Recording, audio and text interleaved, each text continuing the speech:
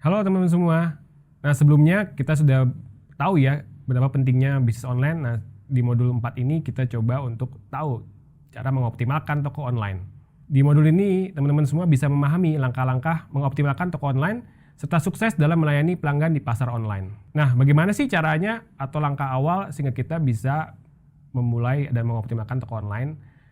Pertama, pasti teman-teman perlu ya untuk membuka toko online, itu bisa di berbagai platform e-commerce ya seperti Tokopedia, Shopee, atau mungkin website teman-teman semua.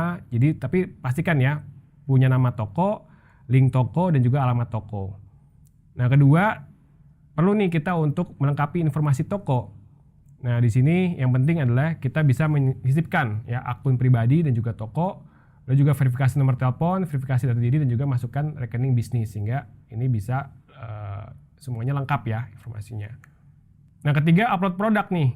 Pastinya produknya apa aja, dan juga teman-teman bisa cantumin ya foto-fotonya yang bagus sehingga bisa menarik pembeli. Dan keempat, optimalkan ya halaman produk dan juga toko. Gimana caranya? Teman-teman perlu yang paling utama adalah foto produk yang menarik. Dan juga namanya harus jelas. Kemudian juga cantumin juga deskripsi juga yang lengkap. Sehingga ketika ada orang yang mengunjungi toko online teman-teman, itu akhirnya langsung mau untuk membeli. Di sini juga ada ya langkah-langkah gimana caranya kita bisa mau optimalkan penjualan online kita di toko online tersebut. Pertama, gunakan rumus sederhana yang efektif. Di sini rekomendasi adalah apa itu jenis kategorinya, apa nama produknya, dan juga apa mereknya, ditambah keterangannya. Sehingga ketika ada orang yang mencari, itu langsung ketemu. Nah, kedua juga unggah minimal 3 foto. Karena kalau misalnya foto cuma 1 atau 2, orang-orang akhirnya nggak percaya teman-teman nih. Dan pasti harus berbeda-beda ya. Jadi ada yang foto produknya, ada yang foto ketika udah barang jadi, atau mungkin ada juga foto deskripsi packagingnya, dan lain-lainnya. Ketiga, deskripsi lengkap ya. Teman-teman harus cantumin yang selengkap-lengkapnya mengenai spesifikasi produk, informasi garansi, kelengkapannya, keunggulannya, apa itu produknya, gimana syarat dan ketentuannya, sehingga pelanggan bisa tahu semuanya dari deskripsi tersebut, nggak perlu lagi nanya kepada teman-teman semua gitu. Akhirnya langsung percaya untuk bisa membelinya. Nah, keempat ya, gunakan fitur rekomendasi harga. Ini biasanya kalau di Tokopedia atau Shopee langsung ada tuh ya berapa harga yang direkomendasikan, dia melihat dari para pesaing gitu. Teman-teman juga bisa juga langsung cantumin juga diskon-diskon yang menarik. Kemudian juga teman-teman harus lihat kira-kira harga tersebut memang sesuai dengan pesaing kita ya, jangan sampai terlalu mahal ataupun terlalu murah. Dan terakhir ya adalah kita harus bangun branding. Tadi juga kita bisa mulai bangun branding dari media sosial ya. Tapi teman-teman penting kita untuk bisa mengenali target pembeli kita, apa itu gendernya, apa itu umurnya, lokasinya. Lalu juga buat pesan dan logo yang ikonik atau menarik. Kemudian juga kita buat layanan terbaik. Jadi kalau teman-teman ada yang mesen, kita langsung cepet-cepet ya, karena kecepatan itu juga penting. Dan juga kita harus mau untuk menjawab berbagai pertanyaan. Dan pastinya kita harus percantik ya tampilan toko kita dengan foto, dengan visual yang menarik, sehingga mereka akhirnya lebih percaya. Nah, teman-teman pernah nggak nih seperti ini ya, berbagai masalah yang terjadi kalau kita lagi berbisnis online. Ini pertama misalnya di ghosting, atau misalnya nggak direspon oleh konsumen gitu. Atau kedua misalnya kebingungan nih, kok kita udah ngasih respon tapi nggak dijawab-jawab ya sama pelanggan. Nah, setelah ini kita coba cari tahu ya gimana sih caranya kita bisa merespon hal ini. Tapi sebelum itu terdapat ya sebenarnya apa sih alasan utama pembeli itu batal membeli atau juga nggak respon.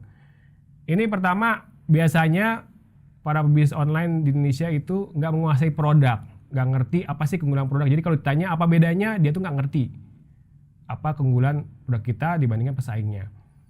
Lalu juga kedua, nggak fokus pada kebutuhan customer.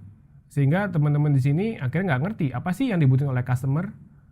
Dan tiga juga selalu berasumsi paling cuma nanya doang. Jadi kalau ada orang nanya nggak mau dijawab. Padahal sebenarnya kalau siapapun orang yang menanyakan produk kita harus jawab gitu, apapun itu ya, karena kita pastinya selalu berikan pelayanan terbaik untuk kesemuanya ya. Nah, ini terdapat ya contoh tips persuasi yang pertama, yaitu akhiri dengan pertanyaan. Jadi kalau teman-teman habis jawab, langsung bilang gitu, kakak mau beli berapa? Gitu. Atau juga teman-teman misalnya ditanya harga kok mahal, itu jangan cuma bilang supplier udah mahal, tapi kita juga langsung ya menjaga. Ibu pasti juga tahu kan punya produk yang berkualitas. Gitu. Jadi setelah kalau kita juga jawab dengan atau akhirnya dengan pertanyaan, akhirnya mereka mau lagi respon. Tapi kalau teman-teman tuh jawab cuma singkat, nggak ada pertanyaan, akhirnya mereka ya udah kita di ghosting gitu atau nggak direspon. Tips kedua yaitu perbandingan. Jadi teman-teman kalau misalnya ada yang nanya, kok lipstiknya lebih mahal daripada lipstik sebelah, ya, itu kita bisa jelasin apa sih kira-kira keunggulan kita dari spesifikasi, dari kualitas, dari packaging. Jadi teman-teman jangan sampai kita tuh dijudge ya bahwa produk itu lebih mahal dibandingkan pesaing, tapi kita bisa menjelaskan apa sih keunggulan kita sehingga produk kita tuh lebih mahal, lebih premium, dan pastinya kita juga berkelas yang lebih tinggi dibandingkan para pesaing.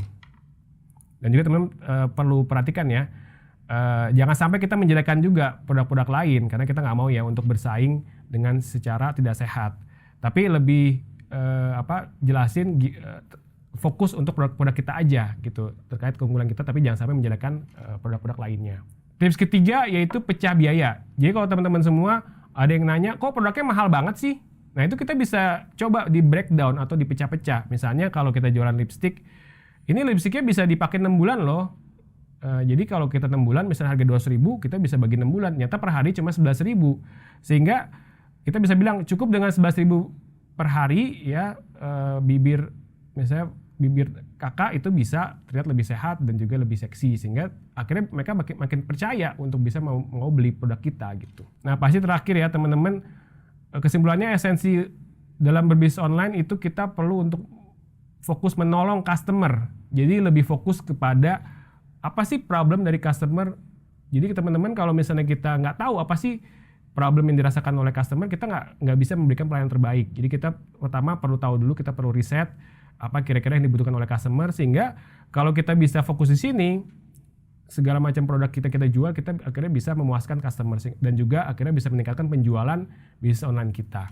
Nah sekian ya untuk modul kita kali ini, semoga bisa memberikan pencerahan buat teman-teman semua sehingga kita bisa mengoptimalkan toko online kita dan juga bisnis online kita sehingga kita bisa makin cuan di pasar online. Lanjut lagi ya ke modul berikutnya. Terima kasih.